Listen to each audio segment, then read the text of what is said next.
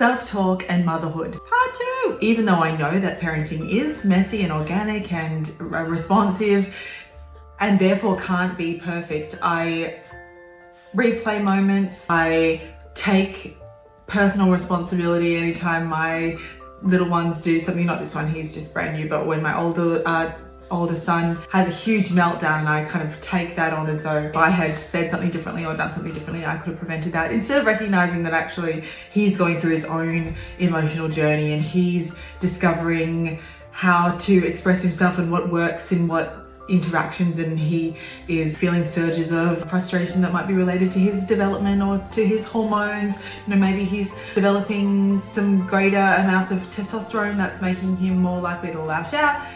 So even though I cognitively know that there are lots of other things at play, I still tend to be unkind to myself when it comes to parenting, when I think I could have been more perfect.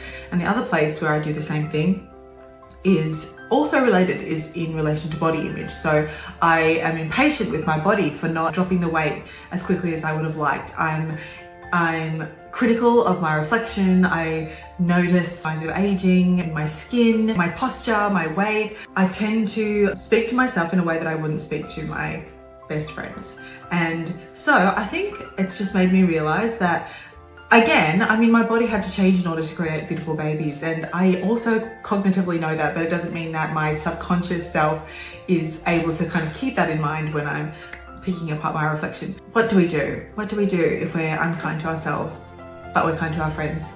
And I guess my goal is now, for the next little while, is to speak to myself the way I might speak to one of you guys, and to give myself the same grace that I would my close friends, and try to remember that things aren't always going to be perfect, and that's just life.